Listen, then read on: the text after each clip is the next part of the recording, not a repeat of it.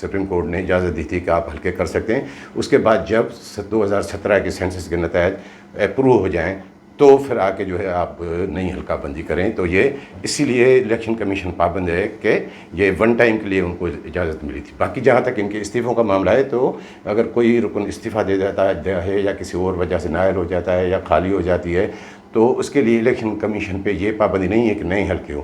جن حلقوں سے وہ پرانے ہی حلقے ہیں انہی کے بنیاد پہ وہ الیکشن کرا سکتے ہیں اور وہ ہو سکتی ہے.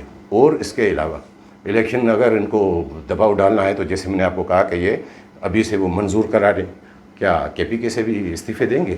2014 میں بھی نہیں دیے تھے, وہاں ان کی گورنمنٹ تھی. 2013 سے کے پی کے میں پی ٹی آئی کی حکومت تھی, وہاں سے بھی استعفے نہیں آئے تھے. اور سب سے بڑی بات پنجاب جو آپ کے ہاتھ سے نکلتا جا رہا ہے تبھی جا کے تھوڑا کوئی ماحول بنے گا, ورنہ تو یہ استعفے دے دیں گے تو کیا کریں گے؟ یہ تو اپوزیشن کے لیے آسانی پیدا کر دیں گے. کل اگر وہ وہاں پہ الیکشن ہو جاتے ہیں تو ظاہر ہے جس طرح وہ ابھی بھی ہمیں اپوزیشن والوں کو سن رہا تھا کہ آئندہ الیکشن میں بھی جو ہمارے اتحادی ہیں جو ان میں سے سیکنڈ نمبر پہ آیا ہے جہاں تک پی ٹی آئی جیتی ہے تو ہم ان کو وہاں پہ ٹکٹ دیں گے کہ وہ آگے آئے جو ہمارے اتحادی جو ہمارے ساتھ ہیں. اب یہ معاملہ دیکھیں کہ یہ کس طرح آگے بڑھتا ہے کہ اس میں یہ کل پرسوں پتہ چل جائے گا کہ یہ استعفوں میں کتنے سنجیدہ ہیں یا یہ بھی ایسے ہی ہے. اور دوسری بات میں نے آپ کو بتایا کہ منحرف اراکین جن کی 24-25 تعداد ہے, اب وہ ان کو کتنے پیارے ہیں. آپ نے دیکھا ہوگا کہ جب پرسوں 9 تاریخ کو اجلاس ہو رہا تھا اس وقت بھی ووٹ آف نو کانفیڈنس میں بائیکاٹ کر کے چلے گئے, اور آج جب قائد ایوان کا انتخاب تھا تو بائیکاٹ اور استعفوں کا اعلان کر کے چلے گئے. تو یہ کس کو موقع ملا؟ منحرفین جو ان کے اراکین ہیں وہ ان کو تو ووٹ ڈالنے کا موقع ہی نہیں ملا. آج بڑا موقع تھا کہ یہ شاہ محمود قریشی صاحب کو ووٹ دیتے ہیں یا نہیں, پارٹی کی خلاف ورزی کرتے ہیں یا نہیں, مس کنڈکٹ کرتے ہی نہیں, لیکن ان کو وہ موقع ہی نہیں دیا. تو اب تو انہوں نے کوئی مس کنڈکٹ ہی نہیں کیا, ان کو لاکھ شوکات جاری کرتے رہیں. اب وہ بات جا کے جتنی بھی الیکشن کمیشن میں جائے گی کہ ان کی ہم نے ویڈیو دیکھی ہے, یہ آپ نے ان سے کبھی ووٹ مانگا؟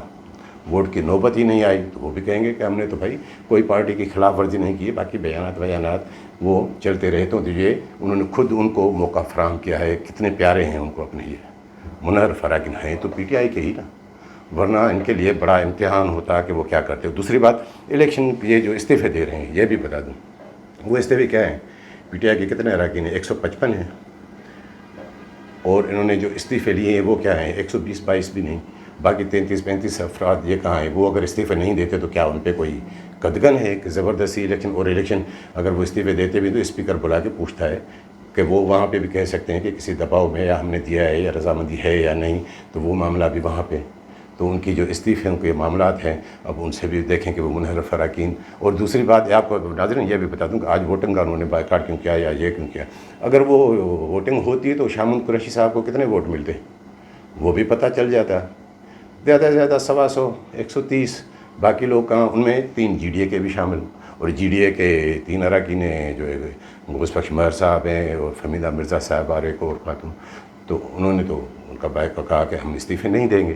اب اگر یہ صورتحال ایسے ہی بنتی ہے تو آگے چل کے ظاہر ہے ایک جی ڈی اے کی شکل میں لیڈر آف اپوزیشن بھی ان کا بن سکتا ہے. لیڈر آف اپوزیشن جو ہوتا ہے اس کا بھی ایک جو ہے وفاقی وزیر کے برابر ان کا جو ہے پروٹوکول ہوتا ہے, وہ بھی بن سکتے ہیں. اور باقی منحرف اراکین وہ کہاں جائیں گے؟ تو یہ کہانی آپ سمجھ گئے ہوں گے کہ یہ اس میں کتنے سلسلے ہیں یا یہ کیا بنے گا. اور آگے چل کے اگر ایسی نوبت آتی ہے کہ استعفوں کے لیے جیسے جب وہ مشورہ کیا گیا تو اکثریت اراکین اس کے حق میں نہیں تھی کہ استعفے دیں کہ ہم مقابلہ کریں. لیکن اب جب جو ہے عمران خان صاحب خود نہیں رہے تو پھر تو معاملہ وہ الگ ہو جاتا ہے کہ جب میں نہیں ہوں تو پھر اور کوئی کیسے ہو. تو اب ان میں بھی مخالفت. اب اصلی بات یہ ہے کہ جب استعفے پیش کیے جائیں اور ان کی منظوری کا معاملہ آئے تو پھر اس وقت دیکھتے ہیں منحرفین کو چھوڑیں کہ ان کے ساتھ کتنے لوگ کھڑے رہتے ہیں. باقی میں نے آپ کو گزشتہ ویلاگ میں بتایا تھا کہ گورنر فارغ ان کے استعفے, اور آج آپ دیکھ رہے ہوں گے کہ شاہ فرمان شاہ کے پی کے گورنر نے استعفیٰ پیش کر دیا کہ میں جواز کیا کہ میں شہباز شریف کو پروٹوکول نہیں دے سکتا. ایسا ہی سندھ کے گورنر عمران اسماعیل صاحب اس نے بھی کہ میں شہباز شریف کو پروٹوکول نہیں دے سکتا. ارے بھائی جب وہ منتخب ہو گئے وزیر اعظم تو کیا وہ پہلے کراچی آئیں گے یا کے پی کے میں پشاور جائیں گے کہ آپ پروٹوکول؟ سب سے پہلے اگر ان کو جانا ہوگا تو وہ لاہور جائیں گے. تو پھر پنجاب کا گورنر جو ہے عمر سرفراز چیمہ صاحب جو ابھی منتخب ہیں وہ استعفیٰ کیوں نہیں دے رہے؟ سوچنے کی بات ہے نا کہ سب سے پہلے تو وہ وہاں جائیں گے. کیا وہ باؤنڈ نہیں ہے کہ اس کو جو اس کے لیے مسئلہ نہیں ہے کہ پروٹوکول کا یہ سارے ڈرامے ہیں. ان کو پتہ ہے کہ گورنر ویسے بھی چینج ہوں گے اور اس کو کیوں نہیں کر رہے. اگر چیمہ صاحب استعفیٰ دے دیتے ہیں تو پھر کیا ہوگا؟ پھر جو ہے اسپیکر پرویز الہی صاحب وہ ایکٹنگ جو ہے گورنر بن جائیں گے, اور اس کے وہ اگر ایکٹنگ گورنر بن گئے تو پھر اسپیکر کون بن جائیں گے ایکٹنگ؟ وہ دوست محمد مزاری صاحب جو جن کے خلاف یہ پی ٹی آئی اور سب ان کے خلاف ہیں کہ وہ بھی منحرف ہو گئے ہیں, وہ بھی اپوزیشن سے مل گئے ہیں. تو پھر تو ماحول اور ہو جائے گا کہ اسمبلی وہ اجلاس کس طرح بلائیں گے اور وہ کریں گے. تو یہ استعفے سمجھ گئے ہوں گے کہ آپ جو ہے فرمان شاہ کا اور جو ہے عمران اسماعیل صاحب کا یہ استعفیٰ کا یہ پروٹوکول نہیں دیں گے. اگر نہیں دیں گے تو پھر سب سے پہلے چیمہ صاحب کو دینا چاہیے استعفیٰ. باقی ایک بات بتاؤں کہ آج اعلانات ہم نے سنے وزیر اعظم کے, کافی اعلانات. اس میں ایک بات انہوں نے برملا کہی کہ یہ جو لیٹر گریڈ ہے جو ایک آیا ہے سفیر کا, اس میں اچھی بات ہے, انہوں نے اچھا اعلان کیا کہ قومی اسمبلی کی سیکورٹی کمیٹی کے اجلاس میں اس کو کی چھان بین کی جائے گی, جس میں آرم فورسز کے سربراہان اور D G I S I اور باقی سب ہوں گے. کہ دودھ کا دودھ پانی کا پانی جو الفاظ استعمال کر رہے تھے نو منتخب وزیر اعظم میاں شہباز شریف صاحب کہ وہ ہو جائے گا. اچھی بات ہے, اس میں ہونا چاہیے. اب دیکھیں کہ اس میں کیا آتا ہے. یہ واقعی کوئی سازش اگر نہیں ہے تو پھر کیا؟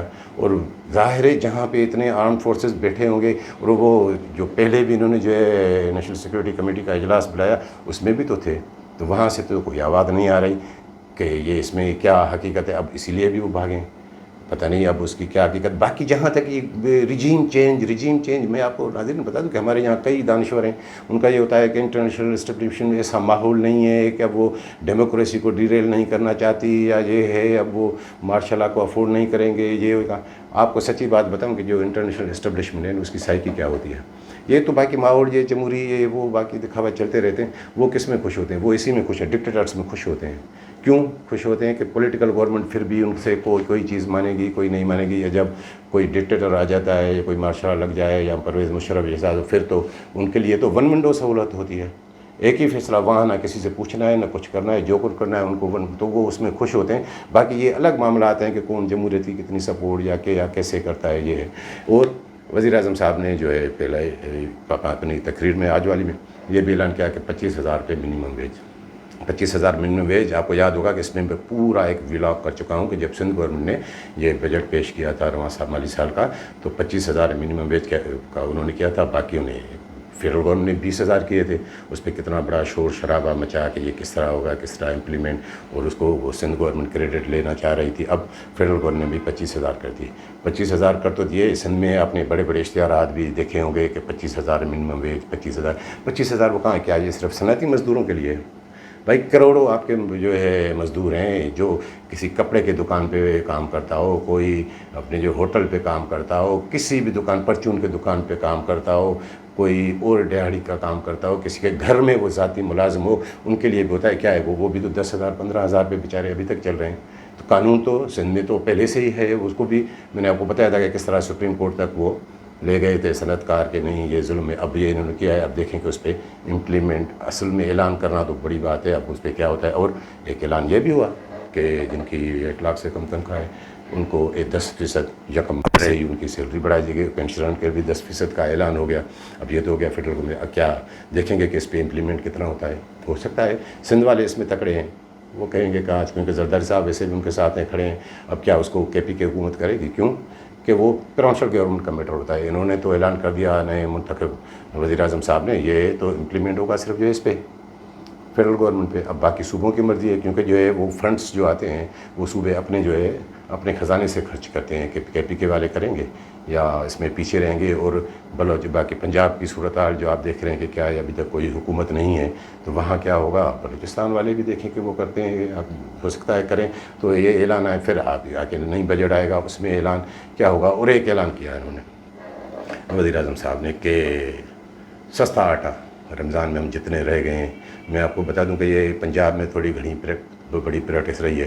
یہ سستے آٹے کی بات سن کے مجھے لگ رہا ہے کہ ہمارے وزیر خوراک صاحب تو اچھل پڑے ہوں گے کرسی سے کہ واہ بڑا کھانچہ آ گیا. یہ سستا آٹا نہیں, سندھ میں اگر یہ امپلیمنٹ ہوا تو یہ بڑا کھانچہ ہوگا. ہم نے دیکھا ہے کہ ابھی چند سال پہلے جب رمضان پیکیج ہوا کرتا تھا کہ 10 روپے کلو آٹا اور 20 روپے کلو, وہ ساری 2-2.5 ارب روپے کی سبسڈی